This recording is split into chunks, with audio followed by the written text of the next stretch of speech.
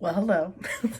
I figured let's do a get ready with me today because I got out of the shower earlier and I needed to get immediately on a Zoom call. Luckily, with one of my coworkers that I work with very closely. We've traveled together. She's seen me at my worst, you know. So I thought I'd get ready today because a long time ago, before excuse me, before this pandemic and all that stuff, I had said I would do a video about being fat in academia.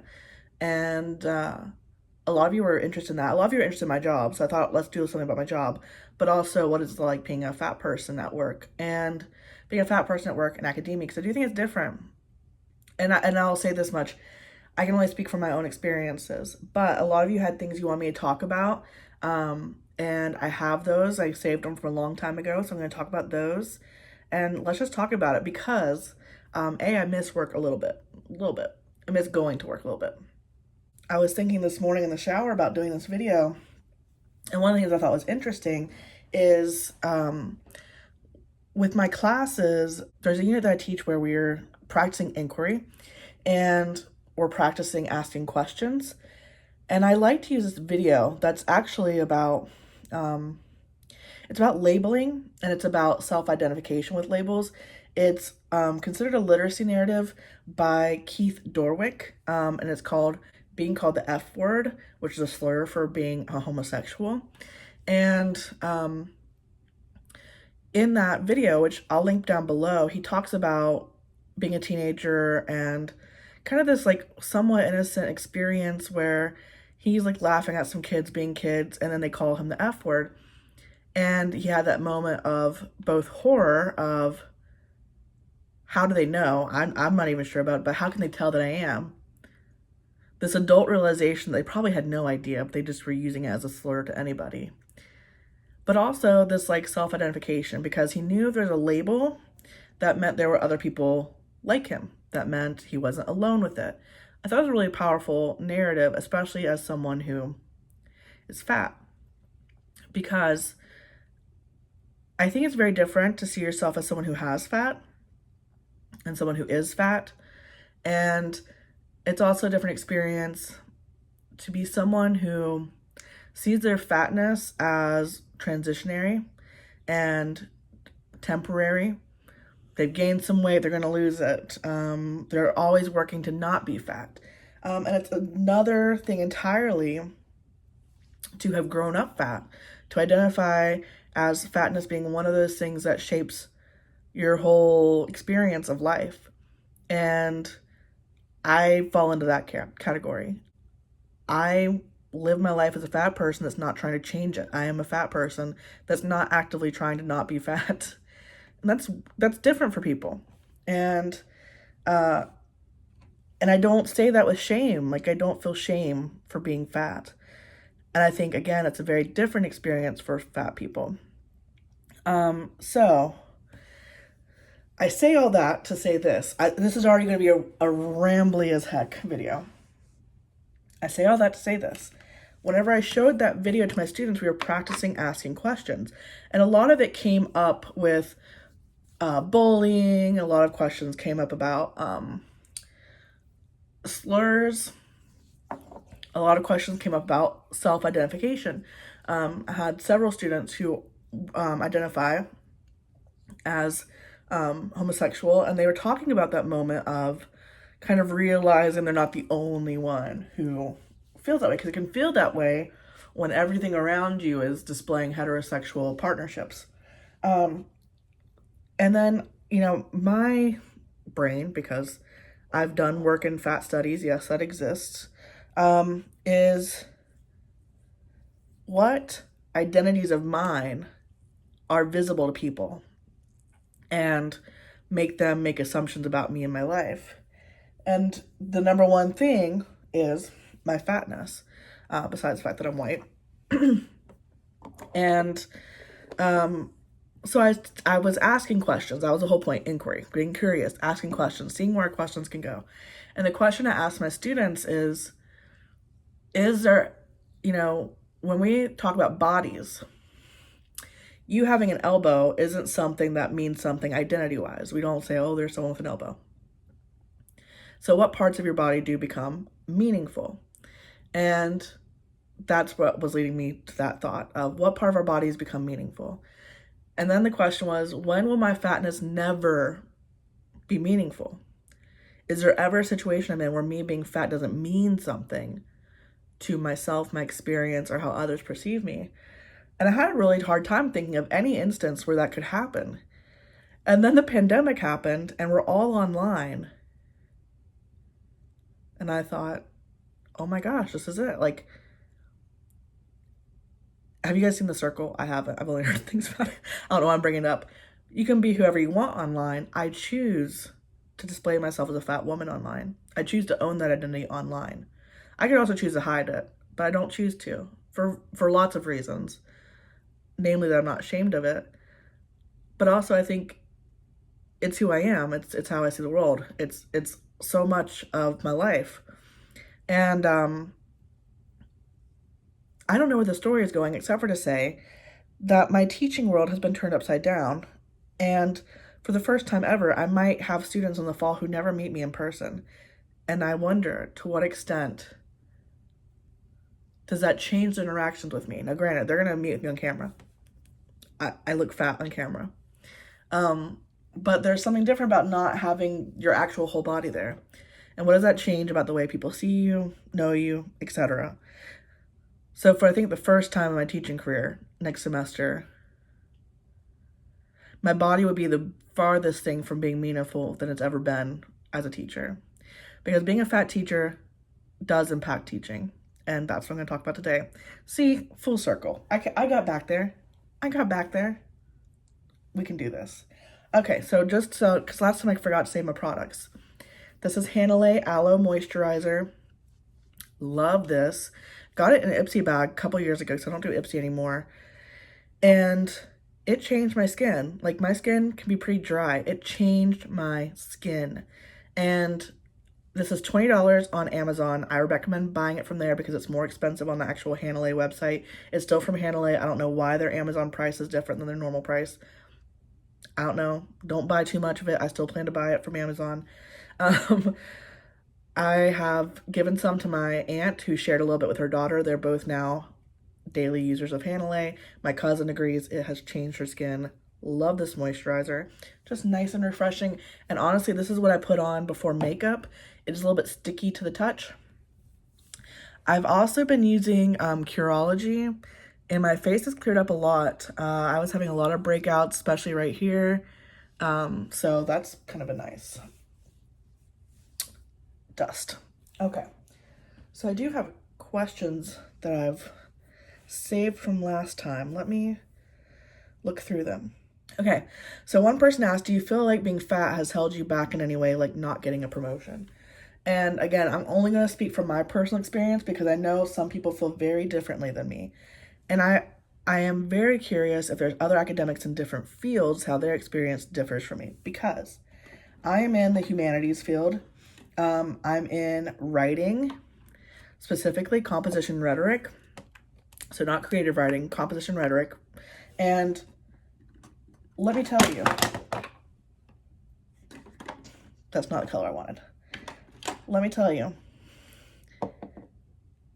the field matters, the discipline matters, because each discipline has their own kind of morals,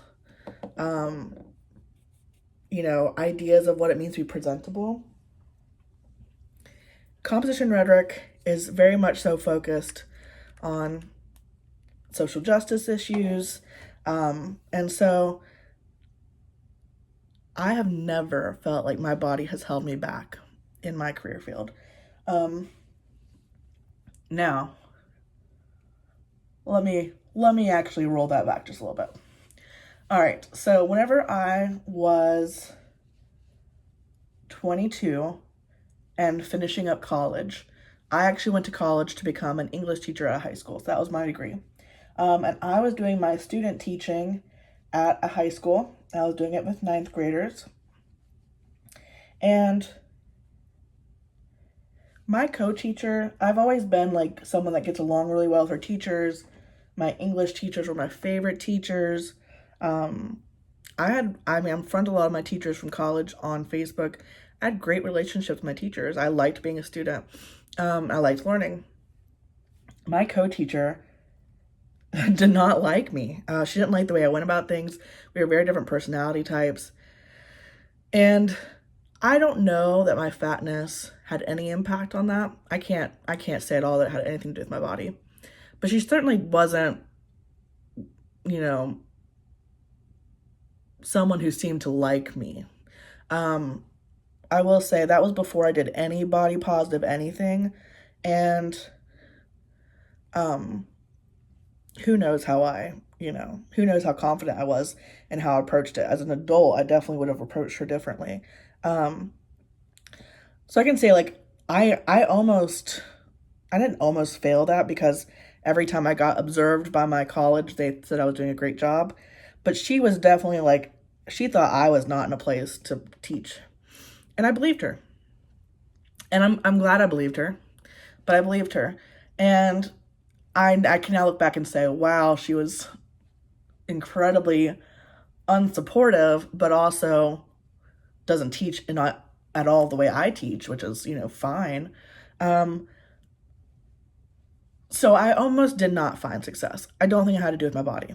Um, I think it had to do with the fact that I was a very different person than she was. Fast forward that to grad school. Um,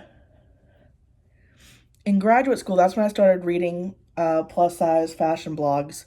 Started really paying attention to Leslie Kinzel and Marianne Kirby, who at the time were writing and I think doing a podcast. They were big fat activists, and I was so into their work that I did my graduate project on how do fat activists build an activist identity online, because you often hear about like armchair activism, or when we think of activists, we likely are thinking of people protesting or doing something like that. But what does it look like when it's online, and how do you make that identity known? How do you earn that identity? All those kind of things. So that's what I did. I did an analysis of people blogging and how they built an identity of themselves as an activist, what acts online, what acts of writing are considered activist acts. That was my project. And my professors highly encouraged me to do this work. It was unique. It was unique. There weren't people doing this. It was also a unique moment in time where digital composition was really picking up. Blogs were huge. And so I think they were happy that I wanted to look at that. And so I was not at all discouraged. I remember one time me with my advisor and him asking me the question, well, what happens if they lose weight? And we see that every day, right? In terms of what it can do for someone when they lose weight. I think now it's so different whenever body positivity can also be attached to people who are actively trying to lose weight, document it, etc. There's just broader definitions. In my mind, people now will be able to find their like section of what matches their values at this point. But it certainly would have had a difference in terms of activist identity if they had done that. So anyways, besides just kind of like making me face kind of big questions like that of to what sense does the community accept people and accept body autonomy, which I thought was important for my professor to kind of push back on. Again, a lot of support, and I was always encouraged in graduate school. The professors I worked with wanted me to succeed. They thought I was doing a great job. Nothing but support. I was able to get a job right after college doing adjunct teaching. Taught 5 classes, all kinds of different classes. And then I got a job at my current university only a year later, and I've been there since. So that's kind of the trajectory of my thing. I've been working, at my current place since I was 24, and I'm 32 now. So it's been a minute. And has it kept me from promotions here? Not at all. So I worked here for 2 one-year contracts. And then I finally got hired on in the more permanent position where I got longer contracts and I'm seen as full-time faculty now. And immediately upon doing that, I got asked if I wanted to be an associate director of a center. So they saw that I had leadership abilities. They acted on it right away. They've nurtured my leadership abilities. This year I got nominated for a teaching award. Didn't win, but I got nominated, which is an honor in itself. And I've only found opportunities to grow. So I don't think my workplace has ever held me back because of the way I look. I've been front and center. I've given and done award ceremonies where I've been the person talking. There's never this moment of like, hi, Rebecca, let's put someone else in front. No. And if I had experienced that, I can't imagine that being my workplace. Like, there's a reason why I have my workplace as my workplace. So that's me. And I work in a place that cares, that has ethics, that actively questions ethics. I mean, we actively ask ourselves, what does diversity look like? And how are we failing at it? Because we are. Okay.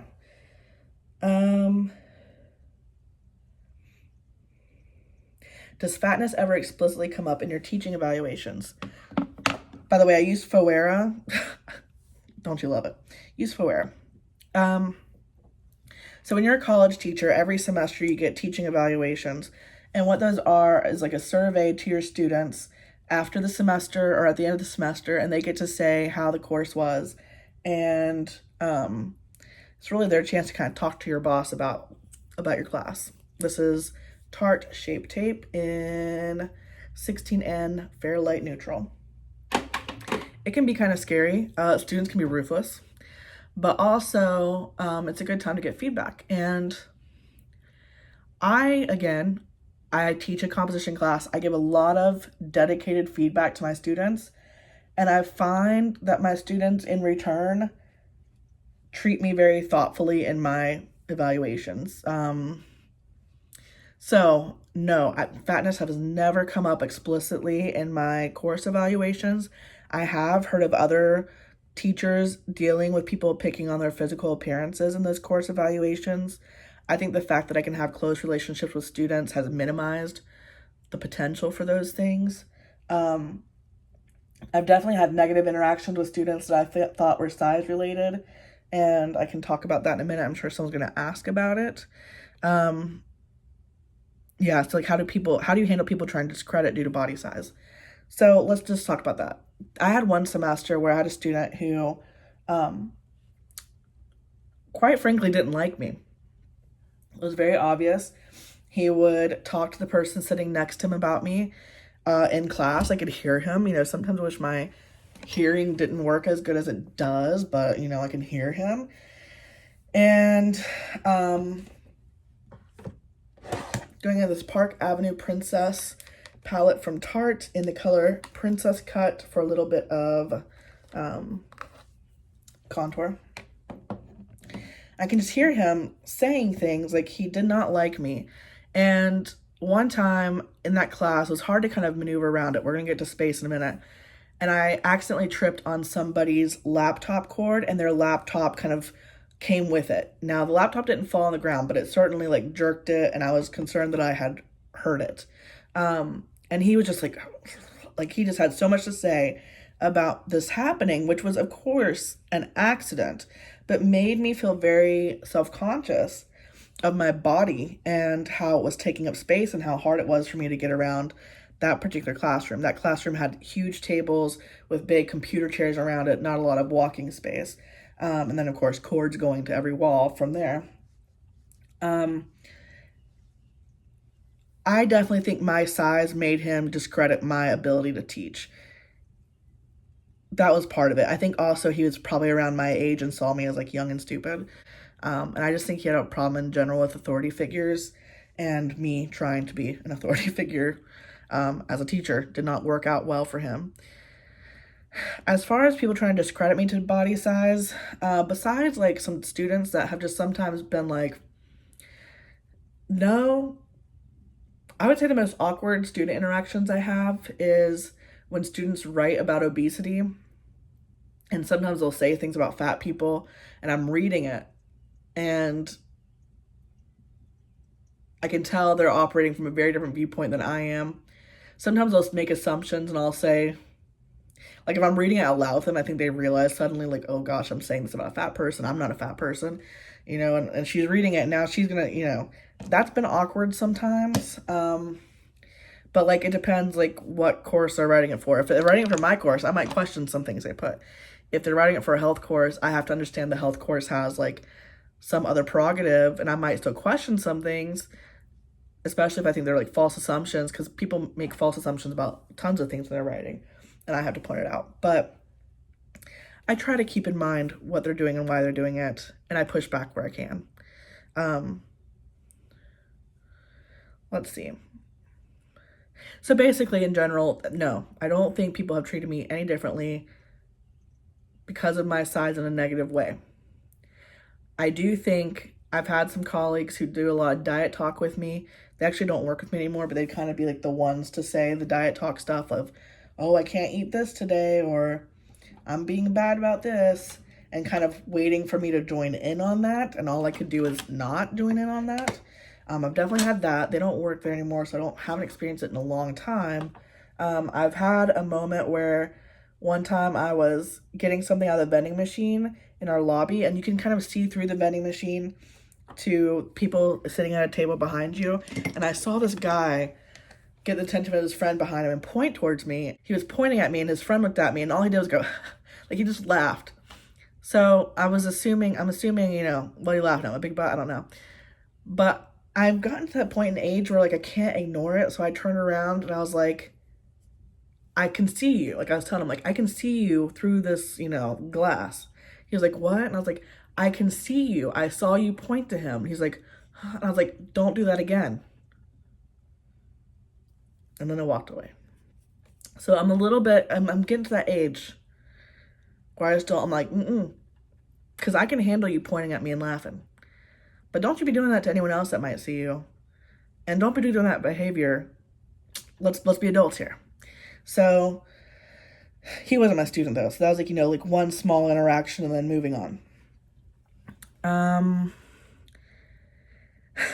Chairs. Is it too much to ask people to not buy chairs with arms? My poor hips. So furniture on campus is awful anyways. But we see this in restaurants too. So many people that do like furniture design are not thinking of folks with different shaped bodies or different size bodies. Even, someone who's not that overweight but is just a broad person is going to struggle in some things. There's these chairs in my center that are just too snug. They're just uncomfortable on my hips. And I used to sit in them and be in pain. And I just don't anymore. I just grab another chair and I bring it to the table. And at this point, I just do it. And if someone has a moment in their thought where they're thinking, oh, she's doing that because she can't fit in that chair, let them have that moment. They're going to have to come to that conclusion. I'm going to keep on doing it and they're just going to get used to it. And I will certainly ask about chairs. I'm not shy. I find if I'm not shy about it, everything goes smoothly. For example, this past semester, I was on a search committee for our new director, and we're gonna do interviews. We're gonna do interviews in someone's office, and again, all those chairs, the arms that don't fit well. I wanted to make sure I didn't have to be uncomfortable. We're gonna be interviewing people for hours, so I straight up asked them what chairs were there, and they're like, oh, come look at my office. I just walked right over there with them and looked at the office, and made sure that there were gonna be chairs that I could fit into. I mean, I'm just not shy about it. And I get that so many people don't feel comfortable doing that. And I think maybe my years at this place has helped me do it, as well as being seen as like a leader in my program has helped me do it, because I'm just not shy anymore. But I can certainly understand why people might be shy and they don't want to draw. The thing is, you don't want to draw attention to it. You just want to be able to exist and go in there like anybody else, but you can't. And you don't want to draw attention to it. And so there might be things you do to go to your classroom early, check out what the seating looks like, or, think about what rooms you're going in and what you're going to be able to do with that, or pick out your seat early, go early and pick the one you want. I get all those strategies, and I've done all those strategies. And also my additional strategy is just flat out asking about getting an accommodating chair and not really allowing room for that to not exist. And again, I work at a university that is highly thoughtful about accommodations and physical spaces. If they were to deny it or make fun of it, it would be so against their values.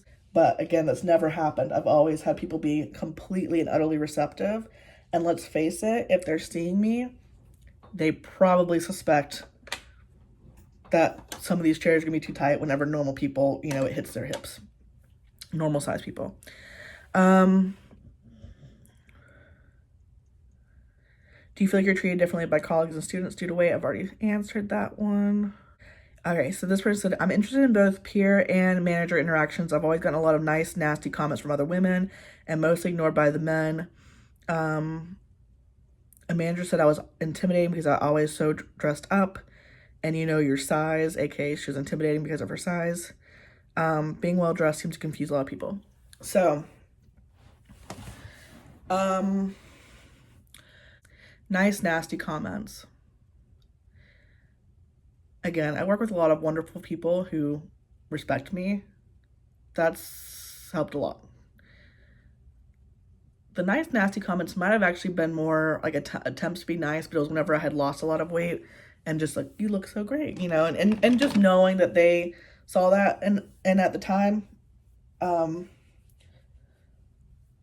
I probably appreciated it. And then afterwards, as I was gaining weight back, I'm like, wonder what they think now,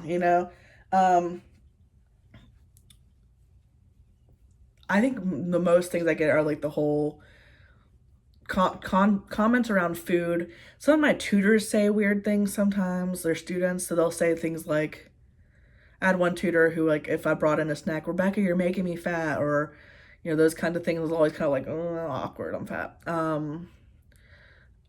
It's mostly other people's diet talk that feels awkward to me. And then saying things and kind of trying to invite me into that diet talk feels awkward to me. Again, it doesn't happen very often. And the person who used to do it the most no longer works there.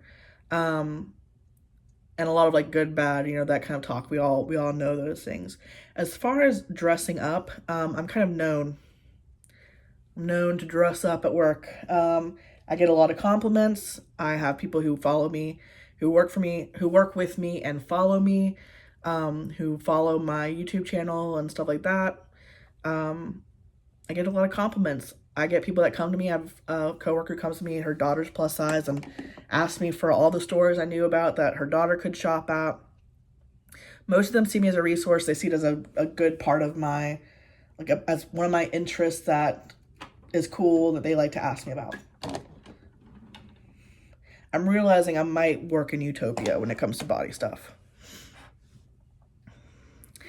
One person talked about the desks that students fit in.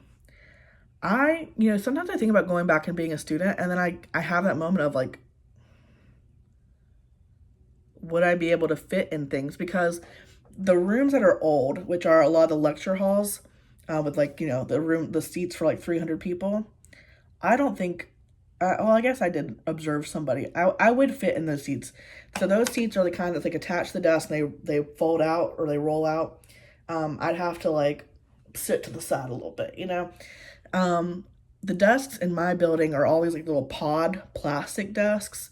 They move around, they have wheels on the bottom, and the desk, slides out. I can fit in those.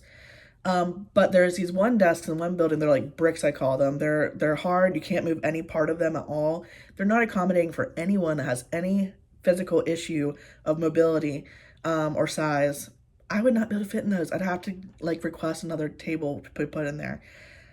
I hope they will continue moving towards accessible seating because we have students who have all different kinds of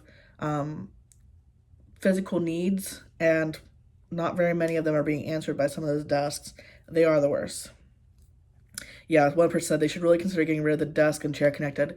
I can't fit. I think it deters fat people from coming back to school. And the anxiety of going into a classroom. I think they drop classes depending on what classroom it is. I really hate it. I think, like basically we can't fit in them. You have to get this one ADA compliant desk and you have to sit apart from everybody else. And some people just aren't willing to do that. They aren't willing to be the person that sticks out. And I hate that the furniture requires that. So yeah, I agree. They really need to work in that. One person said, I work in a corporate setting and I've noticed my weight being an issue with some bosses.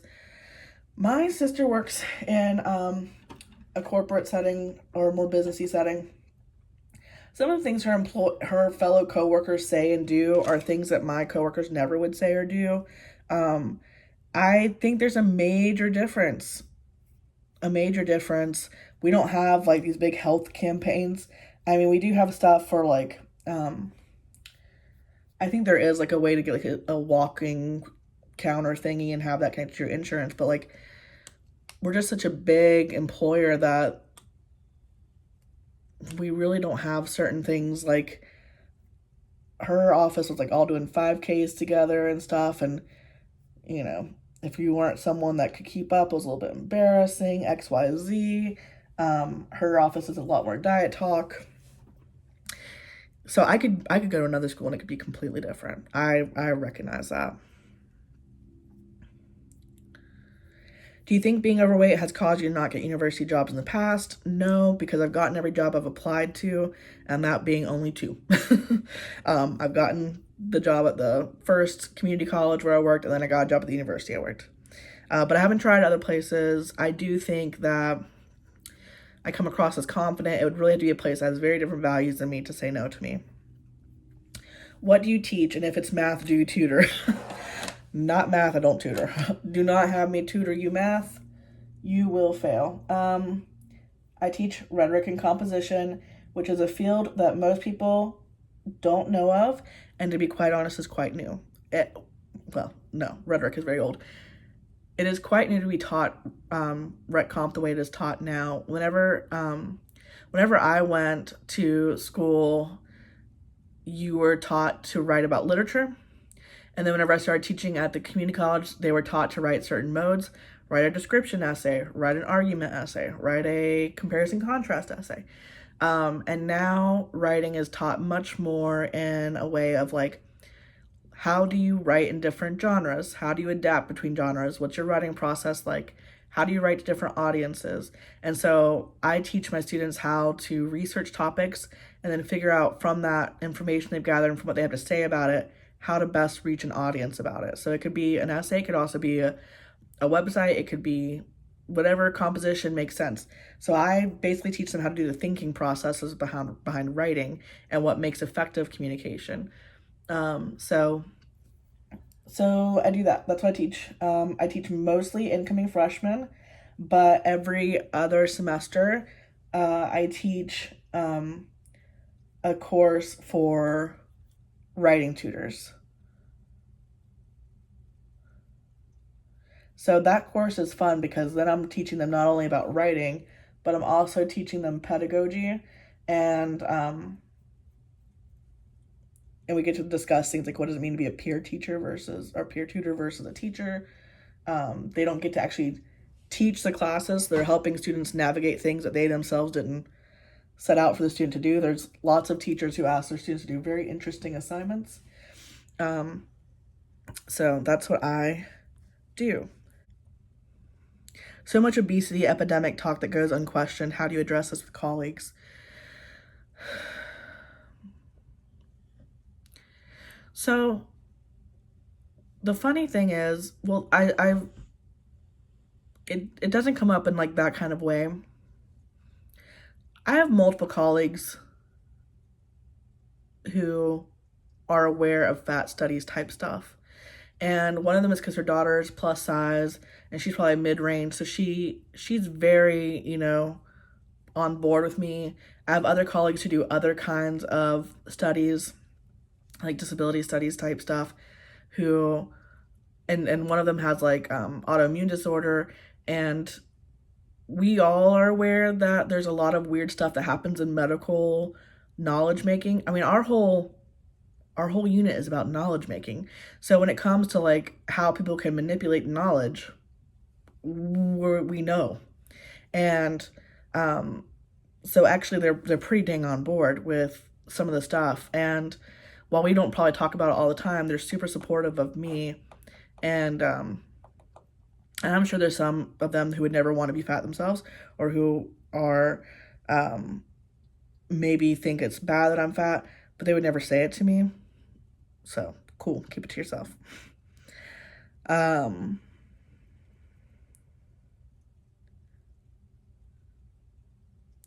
One person said language used to talk about obese peeps. I've seen control groups called normal healthy. It's BS in STEM.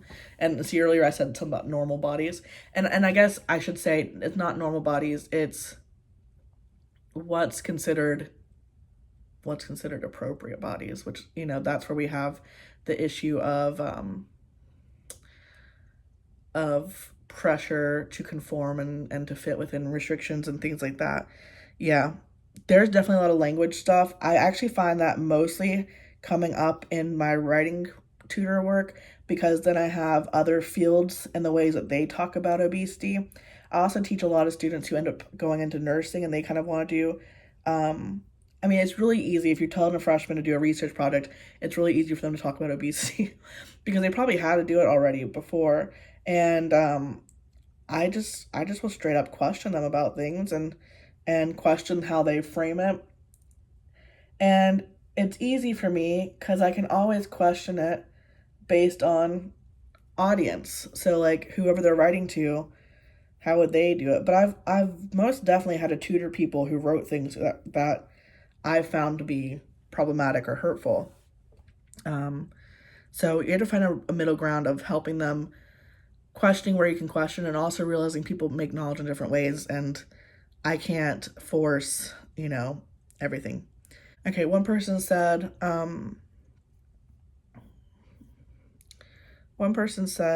I'd like to hear about your professional journey and working in academia as a fat woman. I'm currently applying to PhDs and have only very rarely seen students, let alone teaching faculty, with bodies like mine. Uh, I've also taught undergrad and graduate students, and I'm super nervous about thinking of working with them. So, so I've shared a little bit about my story. I think the fact that fatness has become part of my studies helps me because I know how to talk about it, know how to navigate it with people. And it's a valid study in academics that's not necessarily about how to not be fat. Like there's a section of fat studies, aka fat studies in general, that's not about medical removal of fatness. Like there is a way to talk about it, and that gave me a frame of how to do so. And for instance, even this weekend, I was contacted by a teacher asking me to pass along any readings I might have about fat acceptance or body positivity. So I think being a resource is great, and kind of opening yourself up to it. I did not have a PhD. I have a master's. I always say I only have a master's, and people correct me. I have a master's degree. I went straight into teaching. I'm a lecturer. If you're not in academia, lecturer basically means full-time teacher, and we don't get paid as much as professors, but we also don't have professors have to go on a research track with publication expectations, research expectations.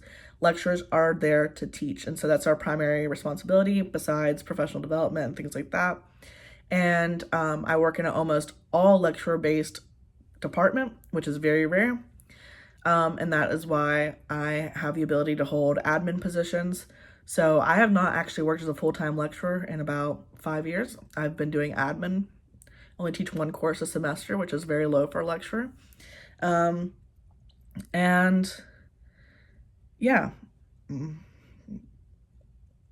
I don't think I'm going to go get a PhD because I work with a lot of people who have PhDs and have the same job as me. The market is trash.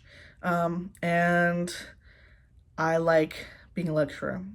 I think if I ever decide there's some like big research thing, that I want to do, maybe I'd consider something else. But to be quite honest, I don't find enjoyment in that work. I much prefer teaching. So I'm going to stay where I'm at with that. So I forgot to speak on this person's concern about not having colleagues or students like her. being the only fat one around. I hear that so loudly.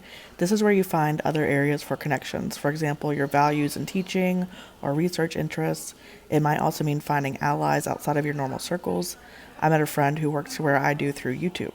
We work on opposite ends of campus and likely wouldn't have met otherwise. There are also sometimes units on campus that focus on things like body acceptance or women's studies. I tend to find allies there. I think maybe I did everything. Uh, so let's talk quickly about going online and what that looks like for teaching, because someone I think on here actually asked me, how did my job change once we went online? So in a normal semester, I go into work 4 days a week, and 2 of those days I am responding to student work, grading, and then doing a lot of my admin work. That includes checking in on my tutors, maybe observing, dealing with any kind of issues that are coming on, working with faculty members on setting up stuff for their classes, all those types of things. And then I also teach 2 days a week. And so I would go in and have lessons with my students. I teach an hour and 15-minute class. It's very light. If you're a high school teacher, I'm so sorry. I don't think I would have cut it. And when I teach, it's a lot of discussion, activity-based. I start every day with a journal prompt. I have my ways of teaching. I find students are very receptive to it. It's a very active classroom. It's not, even though I'm called a lecturer, I am not lecturing. Nope, not sitting up there just talking from a PowerPoint. So very into like experiential learning and all those kinds of things. Well, and then I'm also on a bunch of committees. So I have like, I think this past semester I had like 10 meetings a week. It was intense. So, and I also chair a committee. So I did a lot of stuff. Once we went online, all of that kind of stuff way went down. Luckily we finished our chair search before we went online. That was one like huge component of my semester that was taken off my plate. It was a successful search. So many of them aren't. And then, so like the committee work kind of slowed down. We finished what we needed to do and ended it. We didn't take on additional work at that point. The meetings across campus slowed down. I meet with a mentor once a week. I was still meeting with my mentor. He works at another university. We talk about university issues, our position issues. So I had a lot of online meetings. I have a co-director who I meet with. And then I was meeting with my tutors once a week because they were all navigating working from home. So we'd meet once a week and talk about tutoring and what's happening with clients as we move online, what new situations are coming up, etc. And then teaching wise, I went from being in-person activities with them to asynchronous. And the reason I went with asynchronous, which means they can do it on their own time, instruction, is because we didn't know how many students were sick. And we didn't know what their life was like. We didn't know if they were having to work right away. So I went with asynchronous, which meant I had to create like online activities for them to do that showed they were learning things and doing things to get the course objectives. So that could be things like, one thing I had them do is learn about primary research and then practice primary research for their topic that they did. So they got to like view and observe what an observation notes looked like and things like that. Another thing that they did was create an audience profile. So once they had already done their research and were thinking about what they were wanting to write from it, they had to do basically a deep dive into who their selected audience was and what that meant for their piece, what kind of assumptions their audience would hold, what kind of knowledge their audience would hold, what kind of things their audience interacts with, what's their attention span like, what's their language level like, what are they going to want or need from your information, why is this useful to them. So I do an audience profile. So a lot of things like that, and I was spending a lot of time giving feedback. So I started doing video feedback. Typically I do comments on the like comment feature on Word, but they were missing out on my voice, and quite honestly, it was tedious because you think of your comment and then you gotta edit it to be read, and then you gotta edit it again to make sure that whatever they're reading comes across the way you want it to be read. So I started doing video feedback where I'd do screen sharing or screencasting and would record myself talking as I looked at their piece and kind of making comments. They actually really liked that. That's good to know. I think I might use that going forward. It actually was easier for me too.